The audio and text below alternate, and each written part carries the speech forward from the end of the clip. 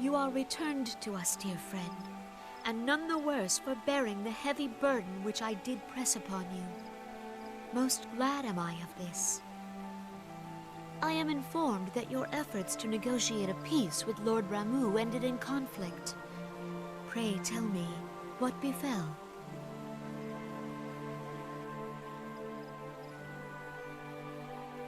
Ramuh made trial of you? I fear there is truth to his claim. It is the darkness within us that attracts the darkness without.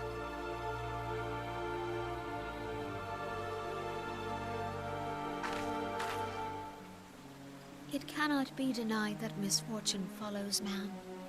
For evidence, one need only look to the conflict brewing in Cartano, or to the rising flood of refugees.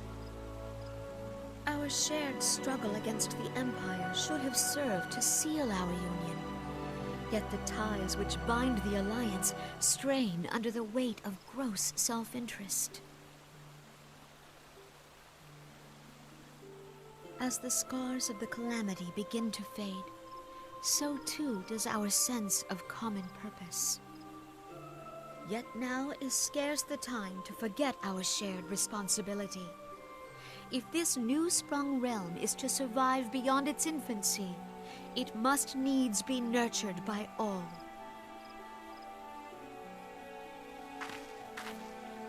Eorzea must be as one. Yet I fear that dream is still far off.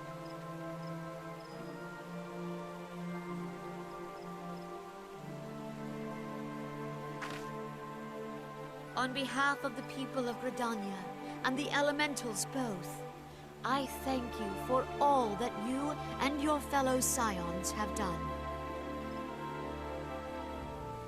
Full oft have I been compelled to look to you for aid of late, and offered all too little in return. As leader of this nation, I shall endeavor to prove a more worthy ally to your cause henceforth.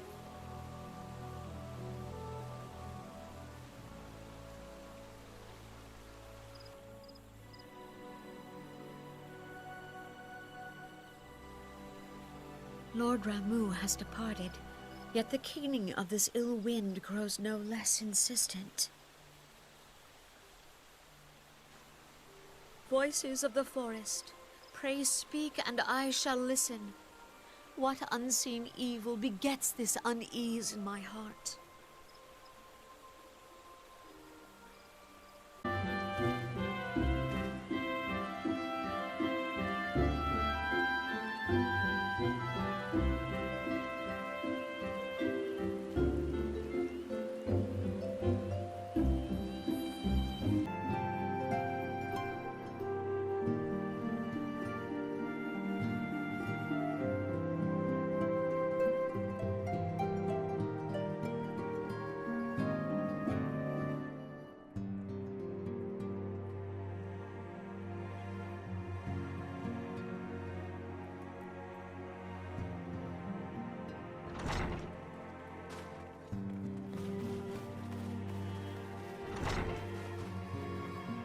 If everyone is ready, let us begin.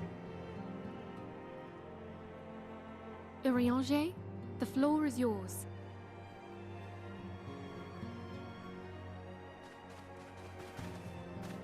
As all here assembled now know, in its final hours as our Order's headquarters, the Waking Sands did play host to a most unexpected visitor.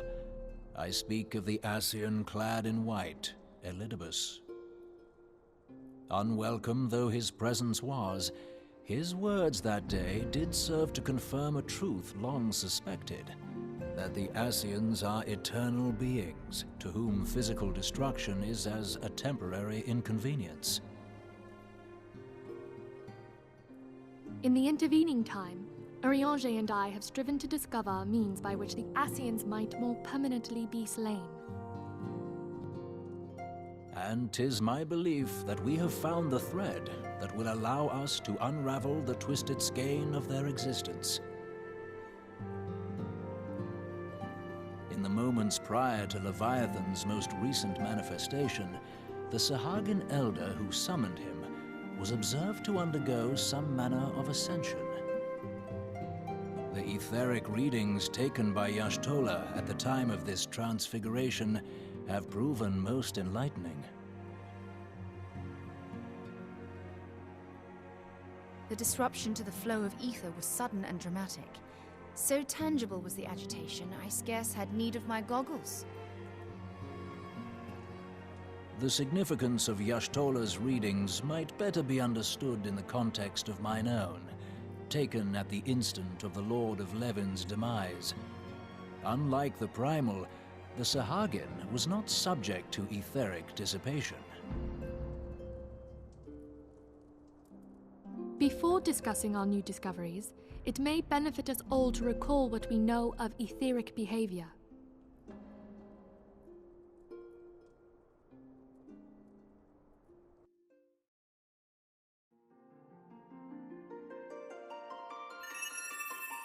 Let us begin at what some might call the end. When we who dwell in the material realm die, our spirits dissolve into the flow of ether and are returned to the ethereal realm. In turn, the restless energy which suffuses that plane streams back into our world, giving rise to new life. 'Tis as the heavens did decree, the way of all mortal souls. Twixt this world and the next do the ethereal currents swirl, bearing the very essence of life. Thus doth the cycle of birth, death, and rebirth continue unabated.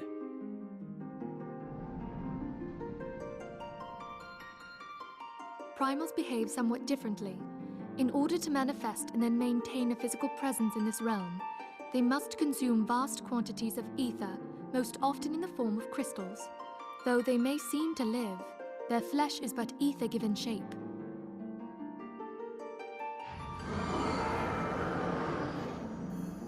Thus, a defeated primal leaves behind no broken corpse. Rather, the essence of its form seeps back into the land whence it came, and the energy of its shattered spirit is called back to the ethereal realm. There it waiteth, till next the prayers of the faithful do draw it forth from the sea of ether, to take their offering of crystals and make for itself a new body.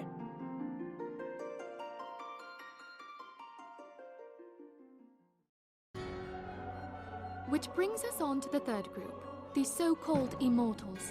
They exist in a manner all their own. Quite. Even as the Sahagin elder fell to the Admiral's musket shot, I witnessed the release of an ethereal cloud, which immediately took possession of a nearby minion. A soul that dissipateth not upon the death of the flesh. The secret of life everlasting, and in the claws of a Sahagin no less. But I wonder, what would happen to one of these obstinate spirits should there be no suitable host for it to claim? If mortal death entails a return to the ethereal realm, it seems doubtful that the soul of an immortal would venture there. Nay, it merely withdraweth a distance, unto the shore of the ethereal sea, perchance, but no further. Yes, it exists in neither this realm nor the next, abiding instead in the space that lies between them. The Ascians took control of Thancred by means of a crystal of darkness, an artifact which, if our theories are correct, serves as a gateway to the place I have just described. I was hoping people had forgotten about that. I am sorry, my friend. For a mercy, the weary road of our research hath brought us unto an answer. The Sahagin ascended to an immortal state, but he did not possess a crystal of darkness through which to flee this realm. Thus was he consumed by Leviathan. If we could entrap the spirits of defeated Ascians in like manner, and thereby deny them resurrection,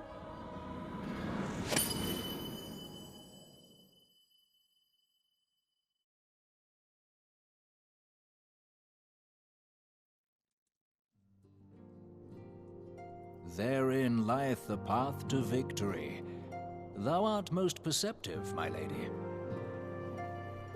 Only when we have trapped the bodiless soul within an ethereal prison can we hope to defeat its unnatural constancy.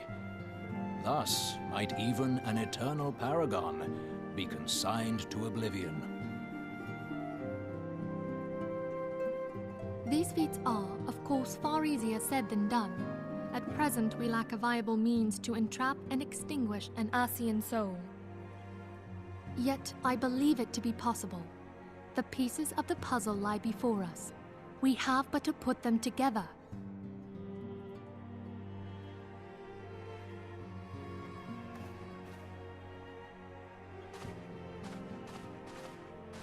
I will depart at once to convene with the sages of Sharlayan.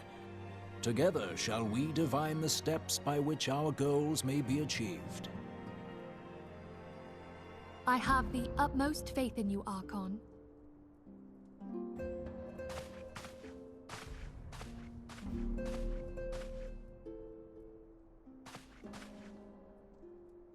Beg pardon, antecedent, but I would raise one final matter. Even now, a Sharlayan survey party seeketh to ascertain the fate of the students of Baldessian. Their findings shall soon be known to us. Though you harbor feelings of dread, I bid you surrender not to sorrow, but abide instead in hopeful prayer. I shall, Archon. Thank you.